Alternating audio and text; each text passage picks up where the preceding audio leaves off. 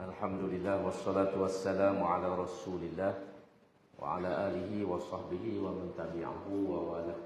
Rabbi shrah li sadri wa yassir li amri wahlul 'uqdatam min lisani yafqahu qawli. Alhamdulillah, syukur kepada Allah Subhanahu wa taala kerana pada malam ini kita dapat menyambung perbincangan kita dalam tafsir pimpinan Ar-Rahman surah Taha, surah yang ke-20, juzuk yang ke-16. Dan dari kuliah yang lepas kita baca sehingga ayat 74-75 surah ni, yang mana menceritakan Alhamdulillah, yang mana Allah SWT menceritakan kepada kita tentang pertembungan antara Fir'aun dan ahli-ahli sihir ini dengan Nabi Musa dan Nabi Harun. Setelah Fir'aun berhadapan dengan dakwah dan juga seruan yang dibuat Nabi Musa AS, dia mencabar Nabi Musa ni untuk berdepan dengan ahli-ahli sihir dia, dan berlakulah pertemuan antara ahli sihir dengan Nabi Musa AS. Dan dengan kuasa Allah Subhanahu Wa Taala, ahli-ahli sihir tadi kalah. Semua ular yang dia buat daripada tali dan juga kayu itu akhirnya ditelan oleh ular Nabi Musa AS, dan tidak tinggal seekor abuk pun. Bila ahli sihir ni tengok apa yang berlaku, dia sedar bahawa Nabi Musa ni bukan mengamalkan ilmu sihir. Sebaliknya adalah satu kalau kita guna bahasa kita agak mukjizat lah, yang dikurniakan oleh Allah SWT, dan menyebabkan mereka ni terbuka hatinya untuk menerima ajaran ataupun agama yang dibawa oleh Nabi Musa dan mengisytiharkan beriman. Apabila mereka ni mengisytihar beriman, Fir'aun murka kepada ahli sihir ini dan mengugut mereka ni untuk jatuhkan hukumnya bunuh. Hukumnya bunuh pula dengan cara dikerak kaki dan tangan itu secara berkadah ataupun secara berselang. Tapi Allah SWT memberikan hidayah kepada ahli sihir ini. Tak ada seorang abuk pun yang murtad, yang balik semula kepada agama Fir'aun. Sebaliknya mereka sanggup mati dibunuh oleh Fir'aun kerana mempertahankan iman yang dibawa oleh Nabi Musa tadi. Dan mereka menjawab dalam ayat 77 tu, 73, inna amanna bi rabbina liyaghfira lana khotoyana wa ma akrahtana alaihi minas sihri. Ini beriman kepada Nabi Musa dengan harapan Tuhan yang disembah oleh Nabi Musa ni dapat mengampunkan segala kesalahan-kesalahan mereka yang telah mengamalkan ilmu sihir begitu lama. Dan disebut dari ayat 74 hingga ayat 75 dan ayat 76 tu, iaitu Tuhan sebut sini siapa melalui lidah ahli sihir tadi, siapa yang bertemu dengan Tuhannya dalam keadaan bersalah, maksudnya tidak beriman, mereka akan dimasuk ke dalam neraka Jahannam. Duduk dalam neraka ni mati pun tidak, hidup pun tidak. Tidak hidup, tidak mati dan menanggung azab.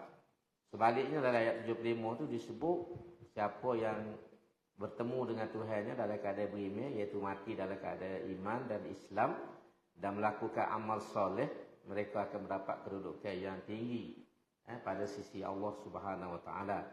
Kedudukan yang tinggi itu disebut dalam ayat 70 ni, iaitulah syurga yang kekal, di bawahnya sungai-sungai yang mengalir, dan juga mendapat ganjaran yang membersihkan dirinya daripada perbuatan kufur dan maksiat. Malam ini kita sambung ayat 77, perbincangan yang baru. Selepas peristiwa tadi, ahli-ahli sihir ini dibunuh. Ramai jumlahnya puluh-puluh orang dibunuh dan mati dalam keadaan beriman. Kemudian dalam ayat ni dia masuk pada isu yang lain. Masih lagi dalam kisah Nabi Musa dan Fir'aun, tapi isu yang berbeza, iaitu apa yang berlaku selepas daripada pertarungan ataupun pertemuan antara Nabi Musa dengan ahli sihir. Ayat 77 ni berbunyi, a'udzubillahi minasyaitonirrajim. Walaqad auhayna ila Musa an asri bi'ibadi fadrib lahum tariqan fil bahri yabasa la takhafu daraka wa la takhsha. Dan demi sesungguhnya kami telah wahyukan kepada Nabi Musa, hendaklah engkau membawa hamba-hambaku kaummu keluar mengembara pada waktu malam. Kemudian pukullah air laut dengan tongkatmu untuk mengadakan jalan yang kering bagi mereka di laut itu. Janganlah engkau menaruh bimbang daripada ditangkap musuh, dan jangan pula engkau takut tenggelam. Jadi kalau kita tengok dalam sejarah lepas pada pertemuan tadi, orang ramai berimeh dengan Nabi Musa dan semakin yakin dengan kebenaran yang dia bawa. Jadi Firaun ni meracau untuk membunuh dan menghancurkan seluruh pengikut Nabi Musa ni dari kepada kalangan Bani Israel. Jadi bila perkara ni dalam ilmu, dalam pengetahuan Allah SWT, lalu Tuhan arahkan Nabi Musa ni supaya bawa keluar pengikut-pengikut dia daripada kalangan Bani Israel ni keluar daripada bumi Mesir. Di bawah ni dia tulis, oleh kerana Firaun tetap dalam kekufurannya dan bertindak ganas, maka Nabi Musa AS diperintahkan oleh Allah Ta'ala supaya meninggalkan negeri Mesir pada waktu malam dan membawa kaumnya Bani Israel menyeberangi Laut Merah. Jadi Tuhan arah tubik semua puluh-puluh ribu Bani Israel ini supaya tubik berlaku daripada Mesir pergi menghala ke laut. Jadi bila di laut ni Tuhan sebut fa'atbahum dalam ayat 78 tu, Tuhan cerita lagi bila Nabi Musa bawa kaum dia ni bergerak pada waktu malam oleh kerana ramai ni dengan barai dengan apa geger. Jadi geger. Jadi bila Firaun dengar ni, dia arah askar-askarnya turut dihambat. Ayat 78 ni Tuhan cerita fa'atba'ahum fir'aunu bijunudihi faghashiyahum minal yammi ma ghashiyahum. Maka Firaun pun mengejar mereka bersama-sama dengan tenteranya, lalu ia dan orang-orangnya diliputi oleh air laut yang menenggelamkan mereka semua dengan cara yang sedahsyatnya. Jadi bila Nabi Musa ni bawa tentera pengikut dia sampai tepi Laut Merah ni, nak pergi tak boleh lah. Firaun duduk tengah mari dengan askar dia ribu-ribu tu. Jadi dalam keadaan tu tak tahu buat ke mana. Kalau kita baca dalam ayat lain, dalam kitab-kitab ni, Tuhan arah ke Nabi Musa ni supaya campur tukar dia ke laut Uhud. Dia suruh beluh. Kalau kita tak beluh lah, tapi beluh dengan cara Uhud tukar tu ke dalam laut. Jadi Nabi Musa pun ikut perintah Tuhan ni Uhud. Uhud ni air laut ni jadi terbeluh. Terbeluh tu kalau kita tengok dia ada cerita orang buat. Orang putih buat ni ada dua cerita tentang kisah Nabi Musa dengan Firaun ni. Kalau kita tengok dalam cerita tu, semua dalam cerita tu dia buat solorong. Terbelah air laut tu solorong. Jadi semua bakal masuk dalam lorong tu. Tapi kalau kita baca dalam tafsir, dia terbelah tu jadi dua belah. Jadi dua belah lorong, dua belah laluan. So lorong ni tak padan dengan orang puluh-puluh ribu. Sebab kumpulan Nabi Musa ni ataupun pengikut dia ni ada 12 kabilah. 12 tribes, 12 kabilah Yahudi. Daripada kisah Nabi Yakub kan, Nabi Yakub ni ada 12 orang anak. 12 orang anak. Jadi daripada keturunan Nabi Yakub ni menjadi kabilah ataupun kita Melayu tak ada kata kabilah puak-puak. Dia ada 12 puak semua sekali ni. Jadi demo ni pun hidup sekali lah dalam ikut suku dia. Ataupun kalau Negeri Sembilan tu dia panggil suku. Dia ada suku dia. Jadi duduk dalam puak ni. Jadi kalau buat solong tak ada orang tu nak pergi. Sebab orang ni macam-macam bawa kan. Bagai-bagai rumah tu. Kakak ke apa semua tak tinggal. Selagi boleh bawa ada bawa pun dalam kereta lembu. Buat atas apa ni. Keledar. Jadi terbelah dua belah. Dua belah tu pakat tunggu masuk dalam tu. Masuk dalam semua. Dan bila masuk dikejar oleh Firaun. Dikejar oleh Firaun dekat ke sini ke tangga dekatnya. Tapi dia puak-puak Nabi Musa ni naik dulu atas darat. Dia naik dulu atas darat, dia molek pengikut Nabi Musa ni naik atas darat. Air laut tu hok kering tu jadi cair mula. Air tu mari mula tergelar air habis. Termasuklah Firaun dengan askar-askar dia. Cerita ni disebut panjang kalau kita baca dalam Kristian ni, dalam tradisi Kristian, dalam Bible tu disebut Exodus. Dalam satu bab kalau kita agak surah. Dalam Bible tu ada satu surah, dia antara dia sebut The Exodus. Exodus ni ialah terjemah warna kot Melayu. Exodus ni tubik ramai-ramai. Abi pakat tubik bawa. Pindah keluarga tu. Tu ada satu bab dalam Bible tu. Dia start dengan Book of Creation. Kitab Kejadian. Lepas tu antara kitab-kitab tu kalau kita surah lah Quran surah tu surah ni dia panggil Exodus. Exodus ni tubik ramai-ramai. Jalan tu diceritakan dengan agak detail peristiwa ni. Ada sikit sebanyak beza lah dengan hak Quran ni. Tapi secara umumnya Nabi Musa belah laut. Belah laut tu untuk menyelamatkan kaum dia. Dan akhirnya Firaun ni tergelar air. Mati. Semua askar dia ni kita baca dalam ayat. Kita baca dah mula tu tak ingat dalam surah apa tu. Kita baca dah tergelar air habis tak timbul kecuali mayat Firaun. Mayat Firaun ya timbul terdampar di tepi patah. Orang lain tu tak timbul habis tergelar air makan ke laut. Dengan kuda, dengan alat senjata, dengan kapal ni semua tergelar belakang tak timbul-timbul kecuali mayat Firaun. Tu dia sebut dalam surah yang lain al-yauma nunajji bi badanika litakuna liman khalfaka ayah. Hari ni aku selamatkan jasad kamu Firaun ni supaya apa? Supaya menjadi pengajaran. Tanda kejahatanmu, hukum Tuhan kepadamu dan kebesaran Tuhan sehingga mu ni mati lemah. Mati lemah dan muya Firaun yang mati lemah ni ditemui dan dipamerkan di museum di London. Beberapa lama dipamerkan juga di Mesir. Mumia dia ni sebab ditemui dalam salah satu piramid tu saya tak ingat detail tu nama berapa sini dia ni. Jumpa mayat dia ni bila dia buat bedah siasat otopsi didapati memang dia ni mati kerana lemah. Dia mati kan sebab tu doktor bedah mayat ni nak tahu mati pucuk berapa. Orang mati lemah lagu ni, orang mati kerana racun lagu ni dia ada berlaku. Jadi mumia Firaun ni bila dibedah didapati memang matinya kerana lemah. Ada tanda-tanda mati lemah dan muda lagi Firaun ni tidak tua benar mati itu. Jadi mumia dia tu ada. Siapa lagi? Jadi saya kata hari ni aku selamatkan tubuhmu. Sebab sepatutnya tergelar air dia tak ada ke satu sebab askar ni semua mati belaka.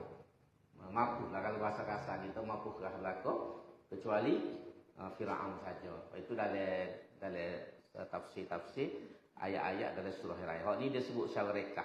Kata Firaun hambak dengan askar dia akhirnya ditenggelami oleh air mati. Bawah ni dah yakni tatkala laut itu terbelah setelah dipukul oleh Nabi Musa dengan tongkatnya dan alur belahannya itu menjadi sebatang jalan yang kering yang telah dilalui oleh Nabi Musa dan kaumnya ke seberang, maka Firaun pun mengejar mereka bersama-sama dengan tenteranya.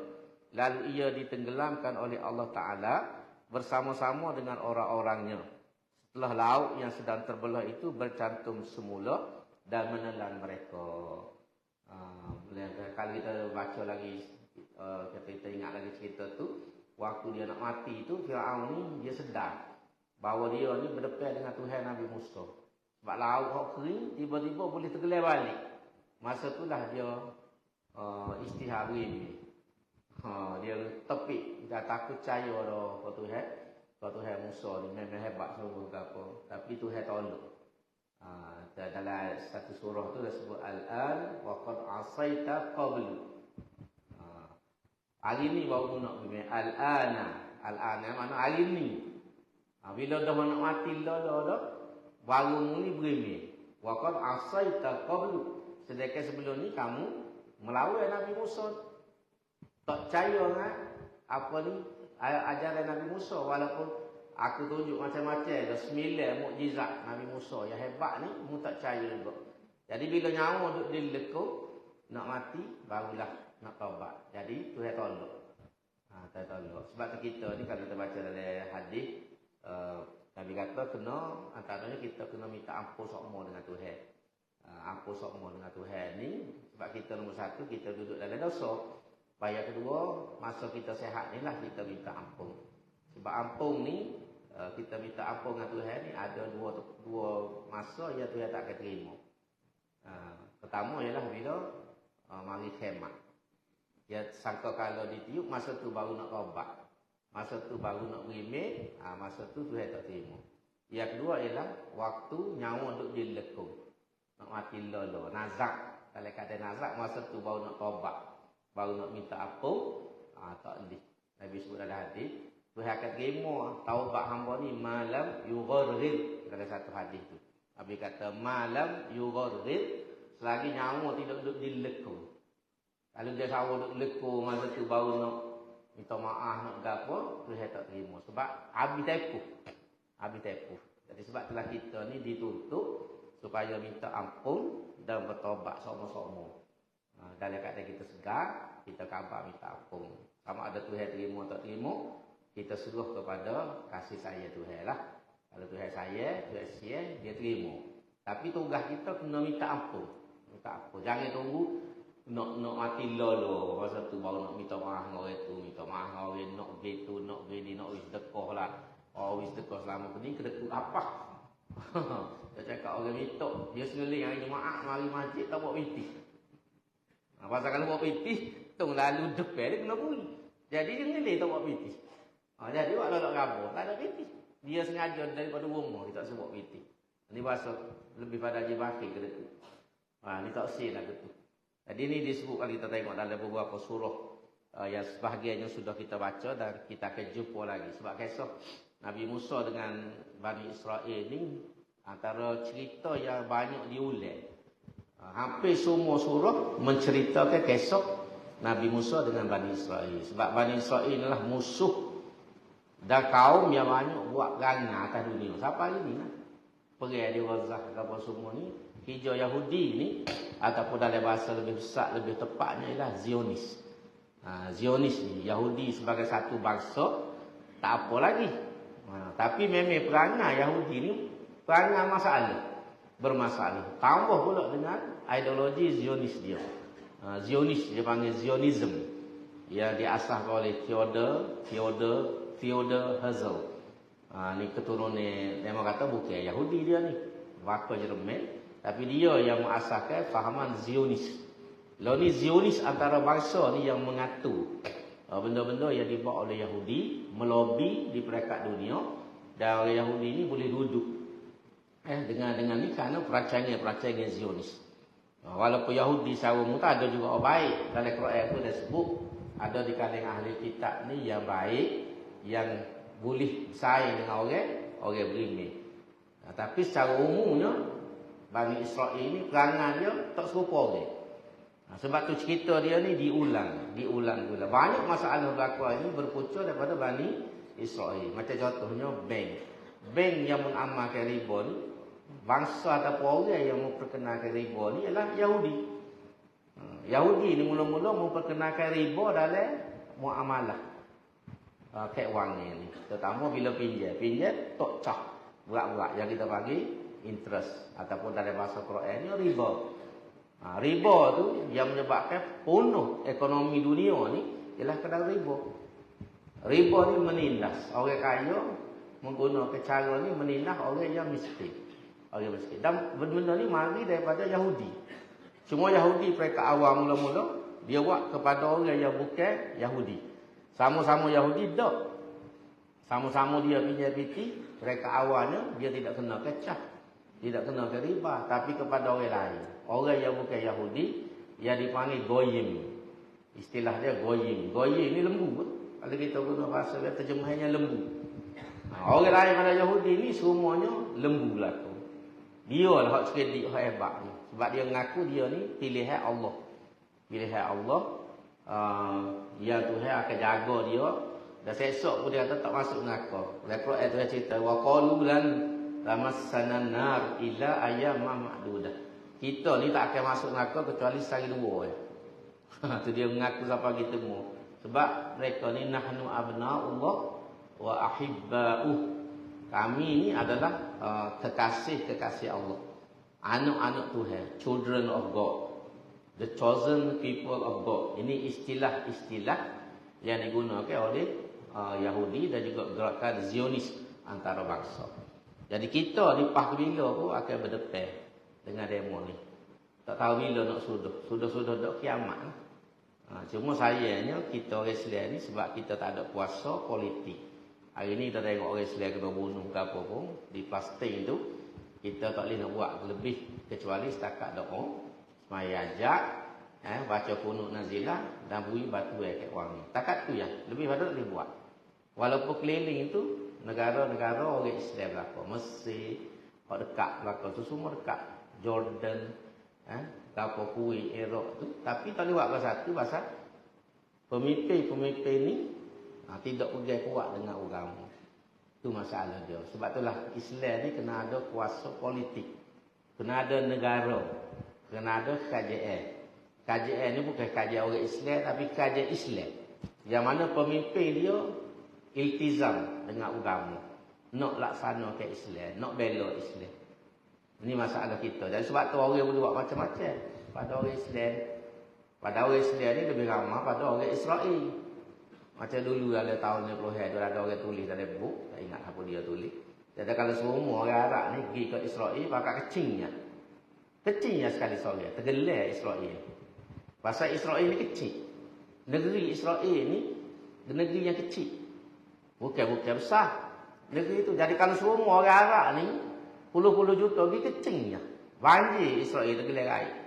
Nak ayak bandingnya. Tapi siapa hari ni tak boleh nak buat apa-apa dengan Israel. Pasal tak adilah pegangnya agama. Orang itu orang Islam pemimpin. Tapi dia pegangnya kepada agama. Siapa Saudi sendiri pun ada agama semua tak boleh nak tolong. Baik orang kadang-kadang kita tengok baik orang bukan Islam pula. Lebih tegah dalam bab ni berani sebab atas dasar kemanusiaan. Kita ni bukan setakat kemanusiaan, asas agama. Yang dibunuh tu majoritinya orang Islam, walaupun ada orang Kristian. Di Palestin ni ada juga orang Kristian pun, tapi tidak ramai. Hak ramainya di Gaza ni ialah orang Islam. Jadi ini sebab itulah antara sebab apa dalam Quran ni banyak kisah tentang Bani Israel, tentang Nabi Musa dengan Bani Israel ini. Tuhan cerita nak ayat ni lah antara isu besar, musuh utama yang kita kena hadap. Orang Islam ni kena hadap. Dan kelebihan Yahudi ni dia tak ramah, tapi dia pakak molek. Cerdik satu hal, lepas tu hitih ada bank-bank dunia ni boleh kata semua dikuasai oleh Yahudi. Industri senjata, industri gotu makanan dan sebagainya dia kawal. Industri media dia kawal. Sebab tu dia boleh pilih berita-berita dia nak tubik dalam TV. Hak pelik-pelik tak tubik.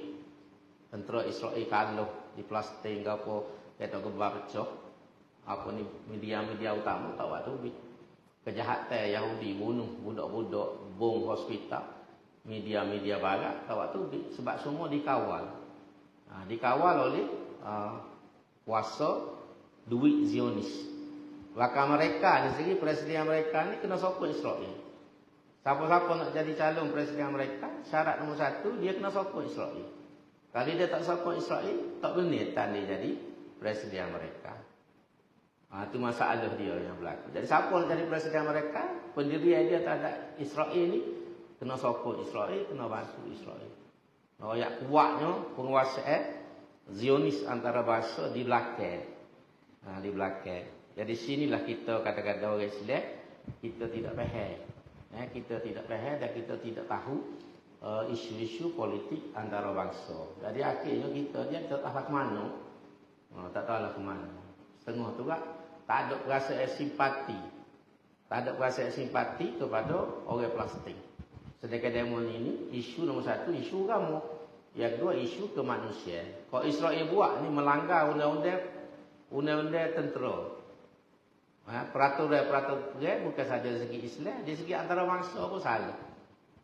Peraturan antara bangsa ni kalau perang tak boleh bom hospital, tak boleh serang kanak-kanak, tak boleh bunuh. Dia ambil perisik-perisik Islam. Tapi dia buat di Gaza tu habis sudah. Dan Gaza ni bumi mulia. Bumi mulia sebab antaranya kita mazhab Syafi'i. Imam Syafi'i ini lahir di Gaza. Orang putih tu dia Gaza. Gaza tu bahasa Arab Gaza. Imam Syafi'i ini lahir di Gaza. Dia ni orang Arab, tapi mak dia berhijrah. Duduk di Palestin di Gaza. Kawasan itu nama Gaza. Situlah tempat Imam Syafi'i dilahirkan. Besarnya situ. Bila dia wuduk ni umur 5 tahun, mau dia hantar balik ke tanah Arab untuk belajar bahasa Arab. Pergi duduk pada pasir. Minum susu unta ke apa. Sebab tu bahasa Arab Imam Syafi'i ni kemah. Sebab pertama dia orang Arab dan mau dia hantar. Lepas tu balik duduk di Ghazah. Antara kemuliaan bumi Ghazah. Dan Ghazah tu lah yang diserang hari ni oleh Israel. Banyak orang tak tahu cerita latar belakang bumi Ghazah. Kata 2-3 orang ulama lagi, Ibn Qudamah Al-Maqdisi, salah seorang ulama besar dalam mazhab Hambali di Baitul Maqdis. Sebab tu nama dia Ibn Qudamah Al-Maqdisi. Nama dia Ibn Qudamah ni ulama besar. Dia ada tulis kitab fiqh. Kitab fiqh, kitab hadis, ulama besar dalam mazhab Hambali. Jadi itu contoh-contoh. Dari balik pada cerita kita ni, Tuhan wak mari cerita ni bukan saja-saja wak mari, tapi lah untuk menjadi pengajaran kepada kita yang beriman. Selepas Allah SWT menenggelamkan Firaun dan tenteranya, ayat 79 itu kata wa adalla fir'aunu qaumahu wa ma hada. Dan dengan itu Firaun telah menjerumuskan kaumnya ke tempat kebinasaan dan tidaklah ia membawa mereka ke jalan yang benar. Jadi Firaun ni dengan kuasa dia, dengan kedegilan dia bawa tentera-tentera dia ke dalam kemusnahan. Tergelar raib berapa ratus ribu tak tahu. Askar dia tu habis tergelar raib dengan segala alat senjata. Semua sekali itu tergelar tak timbul-timbul. Tu nak ayat. Kemudian seterusnya ayat 80. Dia kata ya bani Israil qad anjaynakum min aduwikum wa wa'adnakum janibat turil ayman wa nazzalna 'alaikumul manna wassalwa. Wahai Bani Israel, sesungguhnya kami telah selamatkan kamu dari seteru kamu dan kami telah janjikan kamu dengan memberi wahyi kepada Nabi Musa di sebelah kanan gunung Tursina itu dan kami turunkan kepada kamu man dan salwa. Allah Ta'ala, ayat ni Allah Ta'ala mengingat kepada kaum Bani Israel supaya mereka mengenangkan nikmat-nikmatnya yang tersebut dan supaya mereka menjauhi segala yang mendatangkan kemurkaan. Pasal Bani Israel ni antara nikmat besar Tuhan dia selamat daripada kejahatan Firaun, dibawa keluar daripada bumi Mesir. Dengan tidak perlu perang, tidak perlu menumpahkan darah, dengan mukjizat Nabi Musa boleh selamat jemurah laut. Tapi Bani Israel ni nak ayat perangai tak comel dia. Tubik daripada Mesir ni bila Nabi Musa siapa dia pergi ke Tursina bermunajat 40 hari 40 malam, dia jadi kufur, sembuh anak lembu. Masa itulah peristiwa itu berlaku lepas ni. Baru tubik pada Mesir. Baru selamat daripada kezaliman Firaun. Tuhan tunjuk mukjizat Nabi Musa boleh belah laut. Boleh jalan dalam laut. Tubik semua dah atas darat. Duk tak ada setahun. Kafir balik. Kafir dengan apa? Sembuh anak lembu. Ni nak ayat masalah Bani Israel. Baru ya kali kata-kata. Baru tubik tengok sendiri dengan mata dia. Lagu mana Tuhan tergelar kan Firaun. Dia boleh jadi kufur balik dengan sembuh anak lembu. Anak lembu ni dia kita bincang mula kan dalam ayat sebelum pada ni. Dia dibuat lembaga yang ambil Musa As-Samiri. Salah seorang itu nama Musa As-Samiri. Musa ni dibesarkan oleh Jibril. Kalau kita baca dalam kitab tafsir. Dia ni dipelihara anak yatim. Jibril pegang dia. Dibesarkan oleh Jibril pegang dia. Dan dia ni dia pandai mengukir. Jadi bila Nabi Musa tinggal pergi ke Tursina, tinggal ke Nabi Harun, dia mai senyap-senyap, dia tipu mah. Kutik-kutik mah daripada Bani Israel ni dia peracau-peracau buat lembaga anak lembu. Buat anak lembu, betul anak lembu supaya kita buat polling zaman dulu. Jadi dia ni kerana dia baik dengan Jibril, dia jumpa tapak kaki, bekas tapak kaki Jibril di pada pasir. Tanah tu dia ambil, dia buh dalam mulut lembu. Buh dalam mulut lembu tu. Jadi bila angin tiup kuat, dia lembu tu tebuh. Dalam kitab sebut. Jadi supaya anak lembu sungguh tebuh. Jadi kalau habis orang ni hidup dia dengan anak lembu. Hidup tu lah bakal dia sembuh. Bila Nabi Musa tak ada. Nabi Harun lagi pun tak dengar. Nabi Musa balik, buat-buat ni tak cara ke dia, duduk sembuh anak lembu. Marah Nabi Musa. Itu panjang cerita kalau kita baca. Jadi itu saya sebut lebih kurang. Jadi Tuhan bakit. Bila lepas ni, Tuhan bakit ni. Ya Bani Israel, qad anjaynakum. Kami telah selamatkan kamu daripada musuh kamu, iaitulah Firaun. Dan kemudian kami bawa kamu melalui Nabi Musa ni pergi ke Bukit Tursina. Dan waktu mu duduk di pada pasir itu, aku beri makan ni kepada kamu, iaitulah al-manna was-salwa. Wa nazzalna 'alaikumul al-manna was-salwa. Tatkala mereka keluar dari Mesir dan tinggal di pada pasir Sinai, yang sukar mendapat makanan di situ, Tuhan telah menurunkan kepada mereka man dan salwa untuk dimakan. Ada kita bicara mula kan. Salwa ni burung. Burung ni jinuk. Mari pagi ni pakai duduk atas padai. Orang boleh gigak bodoh gitu, tak perlu pasal ke pasal saja enggak, tak perlu gapo. Burung tu. Teman ni ialah benda tumbuh di rupuk. Dia macam apa nak ayat? Ada kita kata ni. Dia manis-manis gitu tu. Duduk di rupuk, pakai kutik. Kutik-kutik itulah makan ni untuk Bani Israel. Mereka duduk pada pasir, nak cari makan mana? Kedai tak ada, gapo tak ada. Nak cucuk tanah tu. Tak boleh. Jadi Tuhan nak pergi remoni ni, atas makan ni khusus. Daripada langit. Hak ni lurus pada langit, duduk penuh atas rupuk. Ikutik jadi rupuk. Hak burung ni kot turun bodoh. Boleh higak. Tak payah berambak, tak payah gambar. Ni ambil makan. Dua makan ni istimewa. Ni antara nikmat Tuhan kepada Bani Israel. Dan tersebut dalam ayat seterusnya, ayat 81, kulu min thayyibati ma razaqnakum wa la tatghaw fihi fayahilla 'alaikum ghadabi wa man yahlil 'alaihi ghadabi faqad hawa. Serta kami katakan, makanlah dari benda-benda yang baik yang kami kurniakan kepada kamu, dan janganlah kamu melampaui batas padanya. Yakni makanlah dari rezeki yang telah diberikan itu, iaitu al-manna was-salwa, dan janganlah kamu melampaui batas dengan menggunakan secara yang dilarang atau bersikap tidak bersyukur. Kerana dengan yang demikian kamu akan ditimpa kemurkaanku, dan sesiapa yang ditimpa kemurkaanku maka sesungguhnya binasalah ia. Jadi Tuhan ada memakanlah rezeki aku beri, jangan buat benda tak molek. Jangan langgar perintah Tuhan.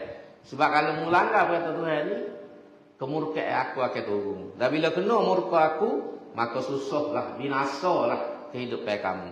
Wa inni la ghaffarun liman taba wa amana wa amila salihah thumma ihtada. Dan sesungguhnya aku, iaitu Allah, yang amat memberi keampunan kepada orang-orang yang bertaubat serta beriman dan beramal soleh. Kemudian dia tetap teguh menurut petunjuk yang diberikan kepadanya. Jadi Tuhan royak siapa-siapa yang langgar perintah Tuhan, buat benda yang Tuhan tidak suka, sekiranya dia bertaubat. Dia bertaubat, dia berimeh dan dia melakukan amal soleh, ganti kejahatan yang dia buat, maka Tuhan kata, inni la ghaffarun, sesungguhnya aku ni Maha pemberi ampun. Maknanya Tuhan beri jalan kita. Macam saya sebut dulu, dah ulama pun sebut dalam tulisan, kita manusia ni tak lari daripada salah dan silap. Sebab antara masalah besar kita ni perangai tak ingat. Tak khabar. Bahasa jenis tak khabar. Tak khabar ni maksudnya mudah lupa. Sebab tu kata setengah ulama, ahli falsafah, dia kata, apa kita disebut kita ni nama manusia? Pasal tak ingat. Innama sumiyal insanu insanan. Manusia ni dipanggil manusia ialah li'annahu uhida ilaihi fanasiya. Dia janji molek-molek dengan Tuhan. Sebelum lahir ke dunia dia alai ruh mula. Tuhan tanya alastu rabbikum qalu bala. Patu tubik-tubik pula beranak jadi orang berimeh. Ngucap 2 kali musyahadah tu semua janji-janji kita dengan Tuhan. Bila kita ngucap 2 kali musyahadah, kita berjanji dengan Tuhan. Tapi kerana perangai kita ni galik dan mudah lupa, maka sebab tu kita tak ingat janji kita. Islam molek-molek ngucap dengan musyahadah, kadang tak semaya. Islam molek-molek kadang-kadang judi. Islam molek-molek kadang-kadang nipu. Islam molek-molek kadang-kadang minum alkohol. Banyak perangai tu mari. Pasal sifat lupa tadi. Nak berobat lupa ni lah, mari zikir. Sebab tu orang ambil jalan tasawuf, ikut nak jadi sufi, dia kena banyak zikir. Kita ni pun kena banyak zikrullah. Zikrullah. Mana ingat sama tu. Ingat dan sebut. Nak lawai pada lupa tadi. Nak buai lupa, kena zikir. Nak lawai lupa, kena zikir. Zikir tu macam saya sebut dulu, dia dua. Pertama, ingat. Yang kedua, sebut. Ada orang ingat, tapi tak sebut. Nah, mari teringat. Tapi tak ada sebut. Lepas tu tak telefon, tak atas surat, tak tanya khabar tu. Ada orang bakat tak ingat langsung. Tak ada. Jadi kena dua, sebut dan ingat. Kalau ingat saja tak sebut pun tak boleh. Sebab tu kita dengan Tuhan ni ingat dan sebut. Lepas tu dia katakan zikir. Zikir tu menghidupkan hati. Menghidupkan hati sebab bila hati tu sifat lupa tu hilang. Lupa dan lalai. Dia dua kan kita baca dalam tasawuf ni. Sifat lupa dan sifat ghaflah. Ghaflah ni orang Kelantan katakan apa? Makna. Makna tu ghaflah. Bahasa jadi makna tak percaya. Bini saya ambil ni dia beli sayur, beli ular. Dia berhenti kedai kopi sampai tengah hari. Tak khabar apa duk buat, rupa tajuk macam-macam. Kedai kopi tak teringat bini besar. Lepas tu Allah dekat pukul sebelah kan. Baru nak pergi beli. Pergi beli bukan lain. Bini besar bukan lain. Balik perang belum. Tu buah tu lah. Jadi geger semua tu. Bini pula betul kok. Nak pergi kedai tak lagi besar tu. Jangan beli banyak. Aku buat binti tak cukup. Dia beli soket tu. Selok tu lelaki ni pula. Piti bawa bobo ya. Tu nak ayat contoh benda gitu. Ni perangai kita, kelemahan kita. Jadi sebab itulah kena ingat. Bila kita tak ingat itulah kita buat kesalahan. Tapi Tuhan ni kerana kasih sayang dia kepada kita, dia tahu kita nak lari pada kesalahan. Tak boleh, Tuhan beri peluang taubat. Taubat. Kita kena taubat. Taubat ni makna minta ampun dan berniat untuk tak buat lagi. Kalau salah buat juga tak ada arah lah. Tapi kena ada niat tak saya buat aku minta dengan Tuhan. Kalau salah pula minta pula. Tak sejemu lah kena minta semua. Sebab kita ni salah semua. Salah semua. Bagi orang yang dekat dengan Tuhan ni banyak semaya lewat pun satu kesalahan dia bagi dia. Semaya lewat, semaya sunat tak cukup, zikir tak cukup bagi dia salah tu. Kita ni tak apa asal semaya ya. Tapi bagi orang dekat dengan Tuhan dia tak boleh. Dia tak boleh. Jadi setiap orang ni tak sama taraf. Tapi hak nak royak sini, Tuhan ni bersifat pengampun kepada siapa? Liman tabah. Syaratnya kita taubat. Lepas tu ada iman, kemudian ada amal yang sah. Insya-Allah kita selamat. Wa ma a'jalaka an qaumika ya Musa. Dan apakah yang menyebabkan engkau segera datang kemari lebih dahulu dari kaum engkau wahai Musa? Allah Ta'ala perintahkan Nabi Musa membawa 70 orang dari ketua-ketua kaumnya untuk menerima kitab Taurat di Gunung Tursina. Dalam perjalanan itu Nabi Musa terdahulu sedikit sampainya daripada mereka, lalu ditegur oleh Allah Ta'ala mengapa dia berbuat demikian. Makna waktu pergi bawa orang 70 orang, dia sapa dulu. Dia lorak, dia tinggal. Dia sapa dulu, anak buah ni tinggal belakang. Jadi Tuhan tegur, apa yang ni lorak sapa dulu. Nabi Musa dia ada versi lagu tu semangat lebih. Dan kita baca dalam surah Al-Kahfi tu, dia jalan dengan Nabi Khidir. Nabi Khidir said dah, jangan tanya apa-apa. Mu tengok aku buat apa pelik pun, jangan tanya. Kalau mu banyak tanya tak boleh sayang aku. Nabi Musa ni bukan dia jenis semangat kan. Bila tengok naik kapal tu, nak turun kapal, dia tebuk lubang kapal. Kejutlah dia, dah nak naik kapal free. Orang free, tiba-tiba kapal comel-comel, dia tebuk. Apa kerja kalau dengan Nabi Khidir. Tu pasti dia ada buah tu. Buah lorak. Lalu Tuhan tanya, buat apa yang mu ni lorak mari siapa dulu pada kaum? Qalahum ulai ala asari wa ajiltu ilaika rabbi litarda. Nabi Musa menjawab, mereka itu ada mengiringi daku tidak jauh dari sini dan aku segera datang kepadamu wahai Tuhanku supaya engkau reda akan daku. Nabi Musa mengaku dia terdahulu sedikit sampainya dari kaumnya yang turut bersama dan dia berbuat demikian semata-mata kerana patuhnya menjunjung perintah Allah dan mengharapkan keredaan Allah. Qala fa inna qad fatanna qaumaka min ba'dika wa adallahumus samiri. Selesainya urusan iaitu berada di Tursina tu, duduk di Tursina tu kalau kita baca dalam tafsir tu 40 hari 40 malam. Jadi situlah orang Melayu ni ambil berkali dah. Kita po dalam gunung dalam bukit tu 40 hari 40 malam. Boleh jadi dia ambil daripada cerita Nabi Musa. Jadi selepas temu dengan Tuhan ni apa semua, maka Allah berfirman kepada Nabi Musa, sesungguhnya kami telah mengenakan kaum engkau dengan satu fitnah, ujian sepeninggalanmu, dan mereka telah disesatkan oleh Samiri. Setelah selesai menerima kitab Taurat, Allah Ta'ala menerangkan kepada Nabi Musa supaya dia mengambil berat terhadap kaumnya. Mereka sepeninggalannya telah diuji dengan dikenakan cubaan, dan mereka kebanyakannya telah disesatkan oleh Samiri. Mereka terdorong menyembah patung anak lembu. Samiri ialah seorang munafik kerana ia pada zahirnya mengikut agama Nabi Musa, tetapi pada batinnya masih berpegang kepada kepercayaan datuk neneknya. Ini mengikut pendapat dia ni wak lolok masuk Islam ikut Nabi Musa, tapi hakikatnya dia tidak beriman. Jadi dia ni buat anak lembu nak menyesatkan kaum Nabi Musa.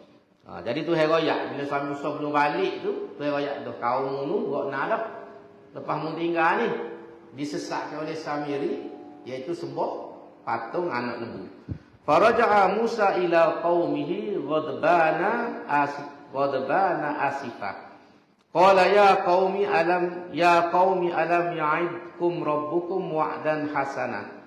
Afatala 'alaikumul ahdu am aradtum an yahilla 'alaikum ghadabun min rabbikum fa akhlaftum mau'idi. Maka kembalilah Nabi Musa kepada kaumnya dengan perasaan marah dan duka cita. Dia berkata, wahai kaumku, bukankah Tuhan kamu telah menjanjikan kamu dengan satu perjanjian yang baik? Iaitu perjanjian yang baik ini ialah menurunkan kitab Taurat kepada Nabi Musa. Jadi Nabi Musa pergi tu ke Tursina tu pasal nak ambil kitab tu lah. Kalau Tuhan janji nak beri pada kaum dia tu. Patutkah kamu merasa masa pemergianku menerima apa yang dijanjikan itu sangat lama? Atau kamu sengaja menghendaki supaya kamu ditimpa kemurkaan dari Tuhan kamu, lalu kamu menyalahi perjanjian kamu denganku? Janji mereka kepada Nabi Musa ialah mereka akan tetap berpegang kepada agamanya sehingga dia kembali dari menerima kitab Taurat. Dari marah Nabi Musa. Sebelum pergi itu dia janji dah, kaum dia janji mugilah tak apa. Mugi ni dengan 70 orang ketua-ketua.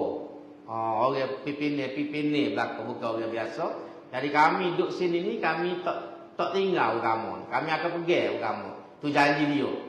Kaum dia. Tiba-tiba balik sembah anak lembu. Mengamuklah Nabi Musa. Qalu ma akhlafna mau'idaka bimalkina walakinna hummilna awzaram min zinatil qaum faqad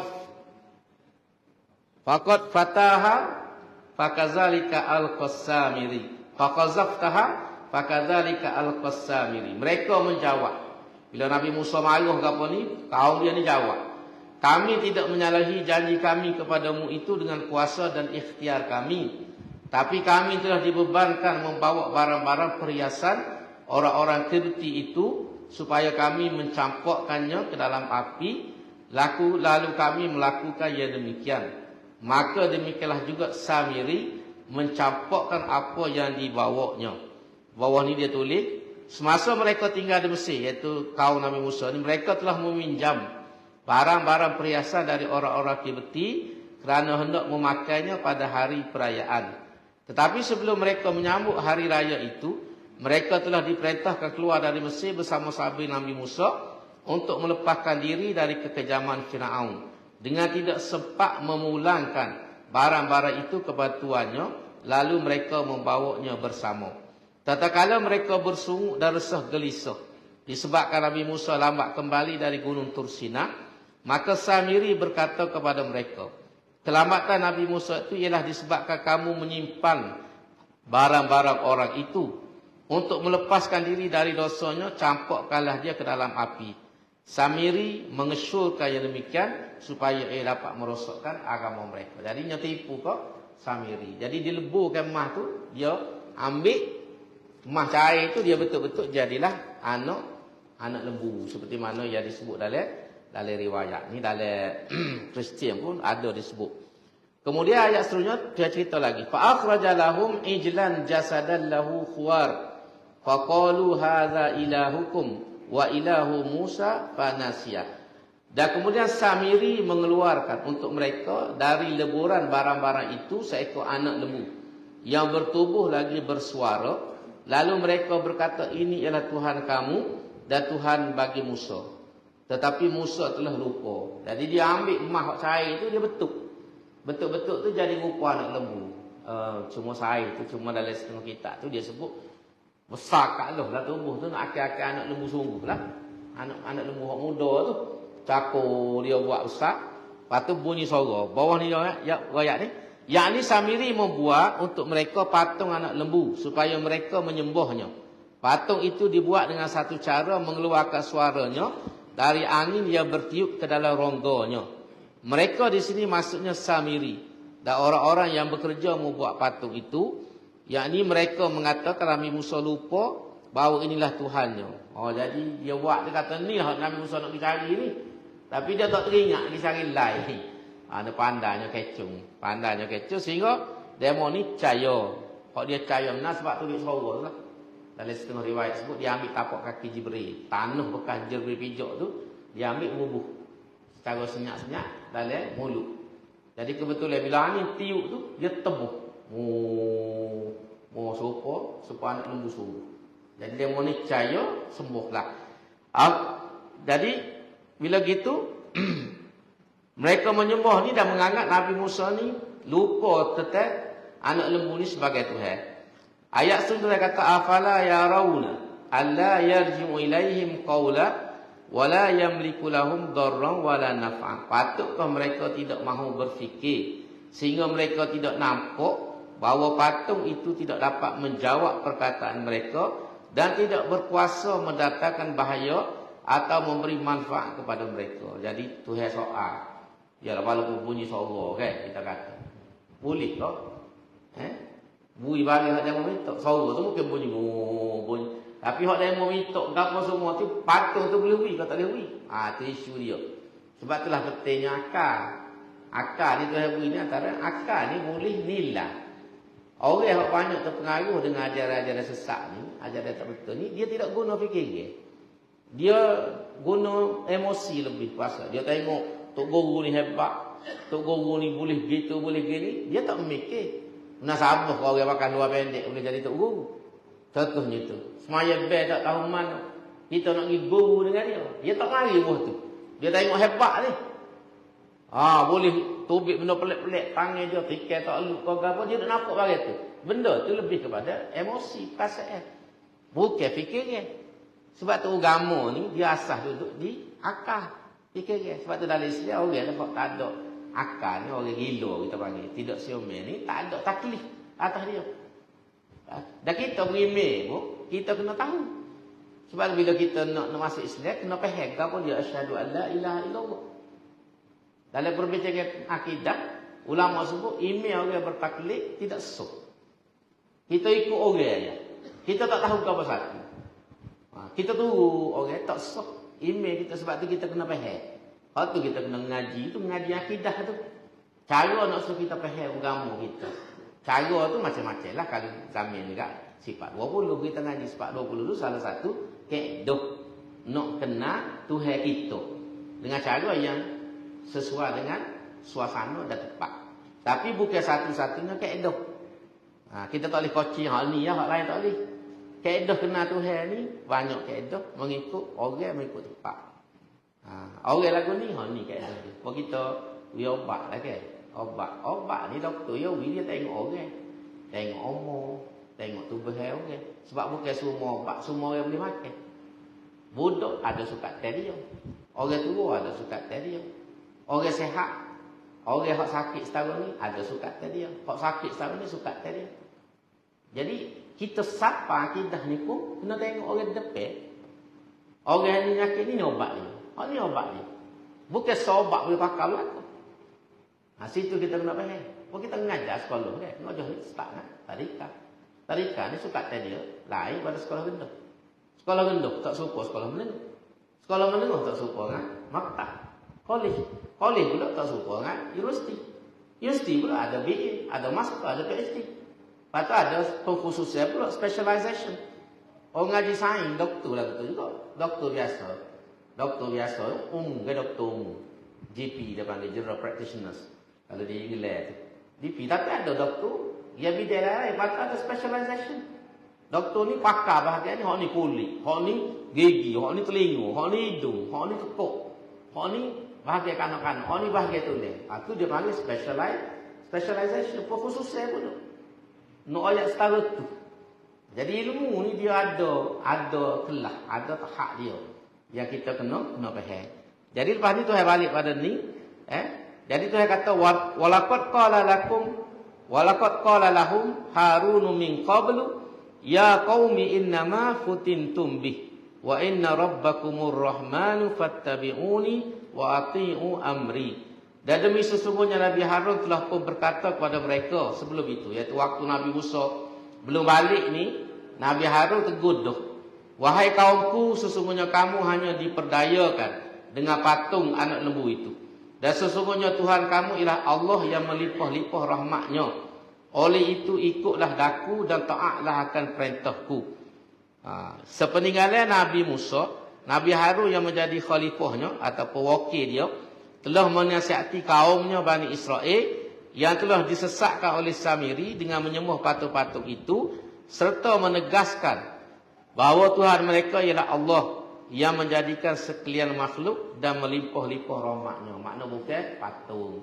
Ini peringatan pada kita jugalah. Sebab tu kita ni, tauhid kita ni kena jaga. Biar tauhid yang dari saya baik, tauhid yang khalis, tauhid yang murni, tauhid yang tidak ada sebagai cacat celah. Kamu sebut sama ustaz-ustaz pondok boleh kata tidak petik sawah, tidak purah dan tidak petik sawah. Kita nak tauhid kita kalau ibarat kain bersih putih, petik sawah so tak sih sebab dia cacat. Kalau ada petik sawah kamu duduk punggung pun tak tak tanggung. Tak pakai kain putih belakang punggung ada petik sawah. Penuh lalu. Jadi itu penting. Jadi tauhid kita ni tauhid yang khalis, yang murni. Yang murni ni berdasarkan Nabi ajar lah. Nabi ajar dalam Quran, dalam hadis. Hak tu hak pentingnya. Hak tu kena jaga. Kena jaga. Kalau tidak, rusaklah tauhid akidah kita. Jadi amalan kita mungkin jadi sia-sia.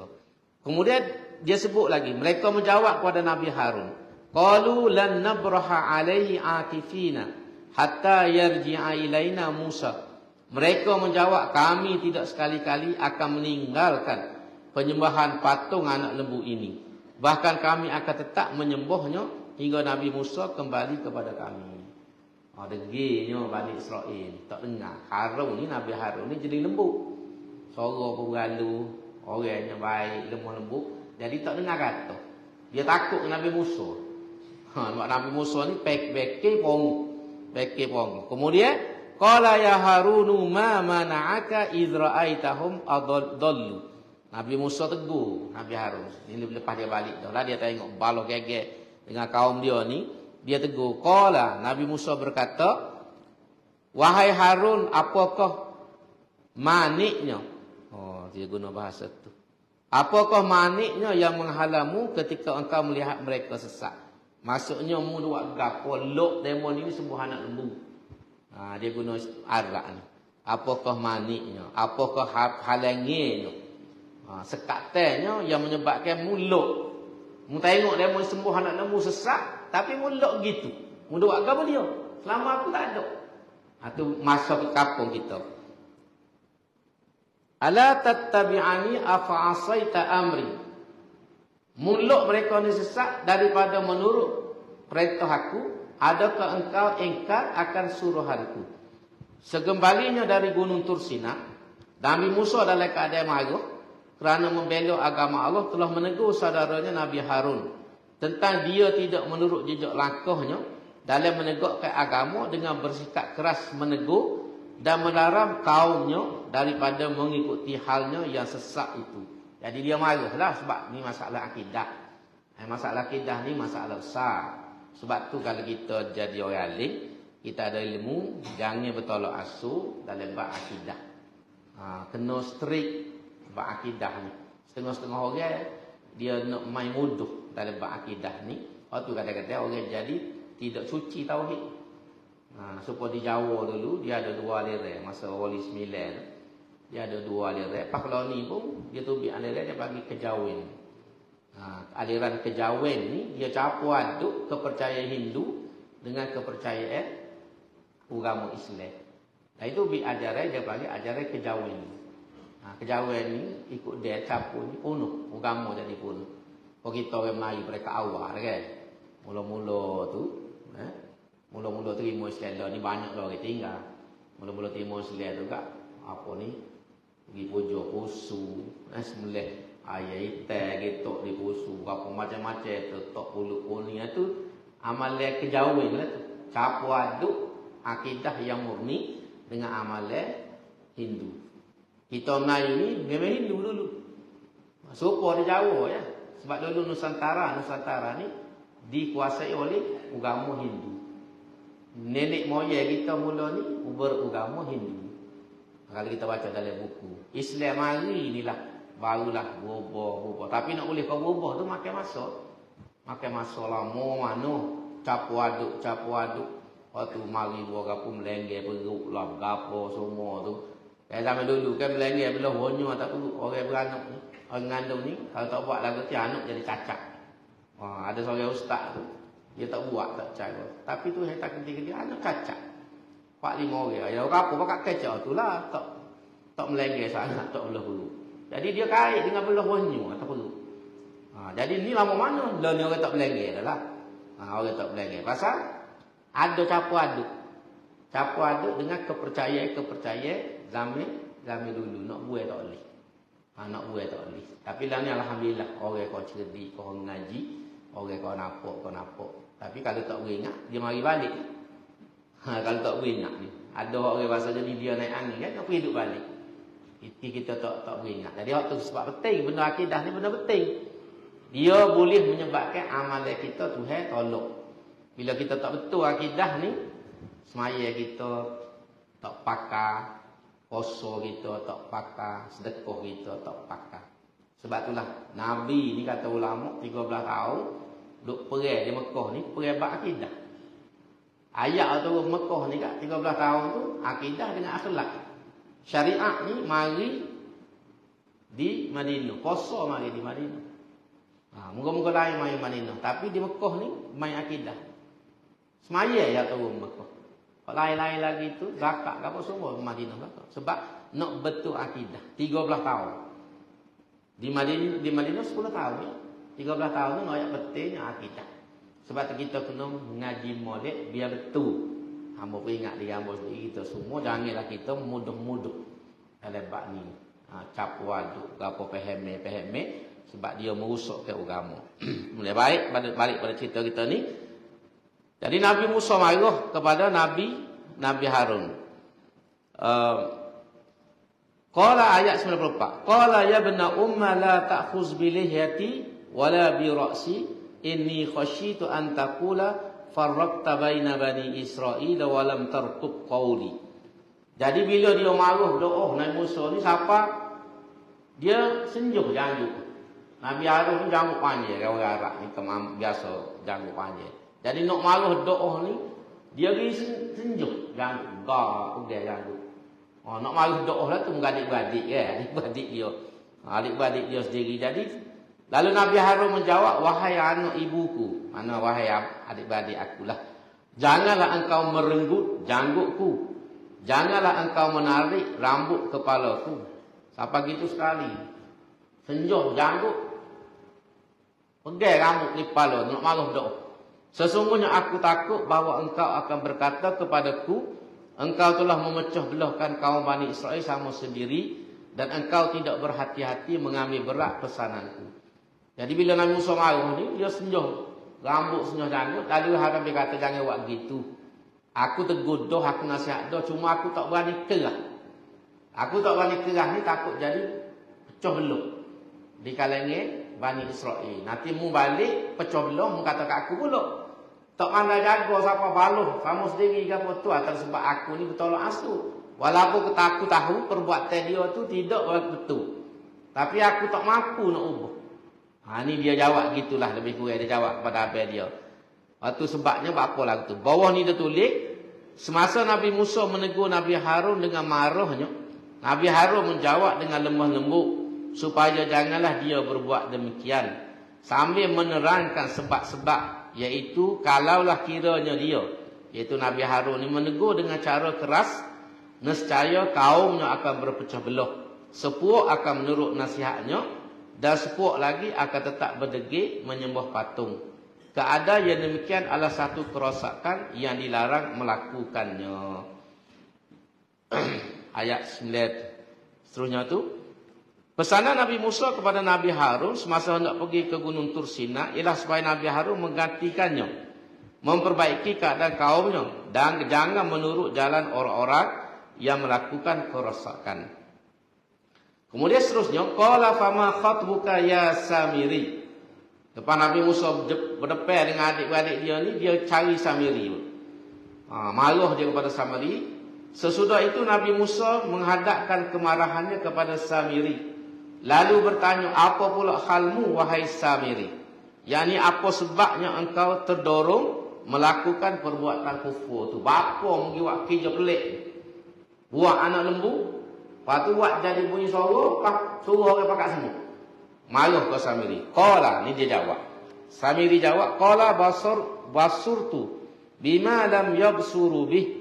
Faqabattu qabdatan min atharir rasuli. Fanabaltuha wa kadzalika sawwalat li nafsi.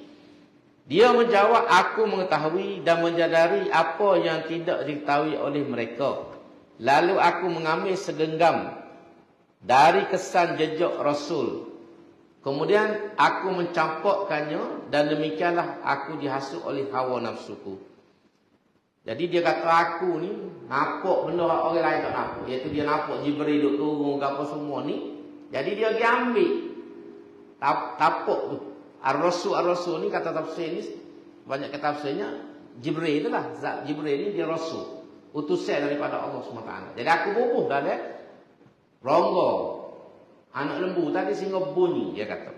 Sini dia kata menurut kebanyakan ahli tafsir, Rasul yang tersebut ialah Jibril AS.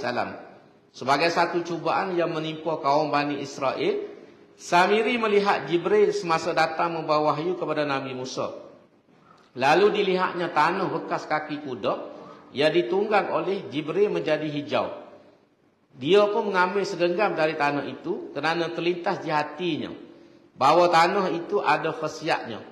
Kemudian sepeninggalan Nabi Musa timbullah cita-citanya hendak menghidupkan agama menyembah lembu. Lalu disuruhnya kaum Bani Israel melebu barang-barang perhiasan yang ada dalam simpanan mereka. Kemudian ditaburnya tanah itu kepada leburan yang tersebut. Maka menjadilah dengan serta-merta seekor anak lembu yang bersuara.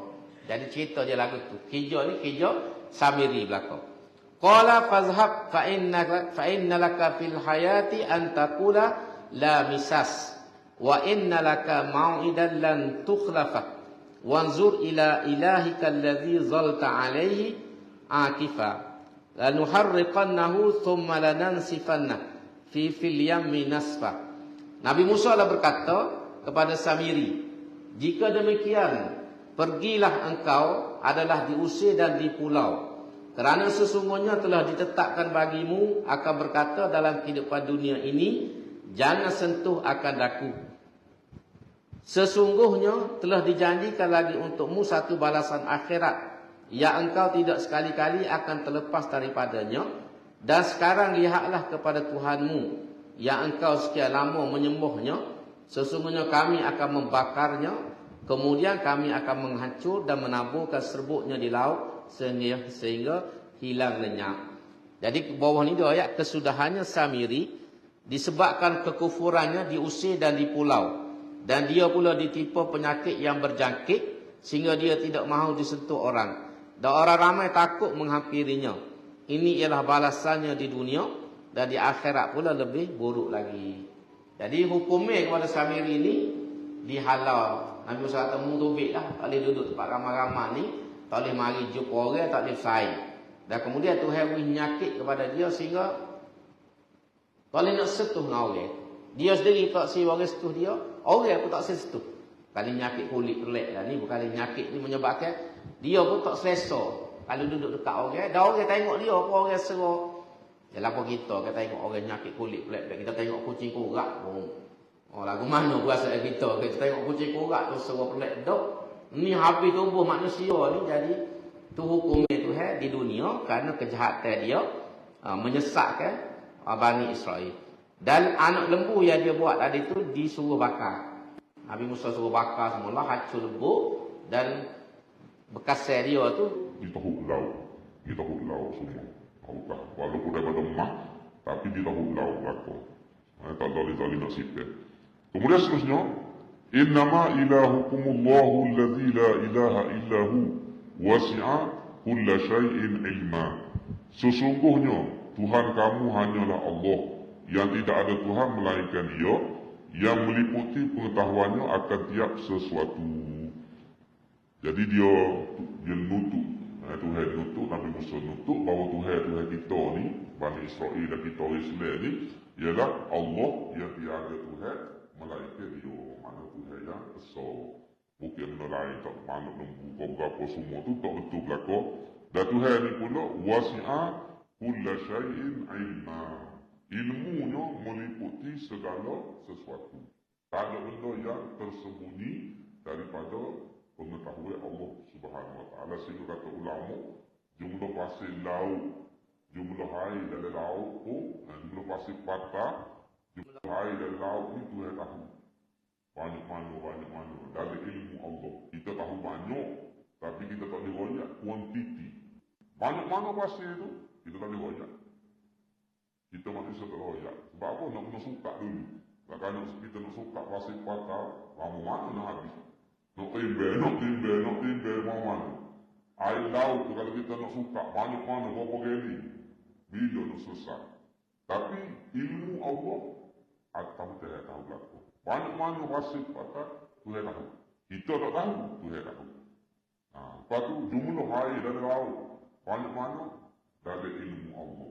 Sebab laut dia banyak kan? Laut India, Laut Pasifik, Laut India, Laut Cina Selatan, Laut apa ni, Atlantik, Laut Merah, Laut Batu, macam-macam kalau kita ngaji geografi ataupun ilmu adat tu banyak mana tu. Tak kira sungai lagi. Air dari sungai, apa dari lagu, banyak mana pula. Kita tak tahu. Tapi semua ni dari ilmu Allah lah. Waktu nak ada ilmu Tuhan ni, kalau kita ngaji akidah kan, Tuhan ni tahu hak lepas, hak lalu, hak akhirat. Makana wa ma sayakulu wa ma huwa kain. Tiga ta'alluq ilmu Tuhan ni tiga. Makana hak lepas tu. Ilmu pada masa lepas Tuhan tahu. Wa ma sayakulu hak nak jadi, esok lusa lepas ni Tuhan tahu. Wa ma huwa kain, hak ada hari ni pun Tuhan tahu. Kita ni, lebih-lebih kita, kalau kita tahu pun, hak hari ni dengan hak mari. Tubuh hak mari tak tahu belakang. Kadang-kadang kita tahu kapal kita ya. Kota baru berlaku mari kita tahu. Dua pada Kelantan, hak berlaku mari kita tak tahu. Terbatas lagi. Tapi ada lah juga maklumat alfah. Mari ada lembu sepuh dia. Contohnya. Ataupun kita berlaku. Hak hari ni, kita tahulah. Tapi hak esok, hak lepas ni, tu tak ada dalam ilmu kita. Hak al-mustaqbal dia nanti. Kalau kita sebut makana wa ma sayakulu wa ma huwa kain. Tiga ta'alluq ilmu Tuhan ni tak ada dengan kita manusia. Ini sebab tu dia kata sini wasi'a kulla syai'in ilma.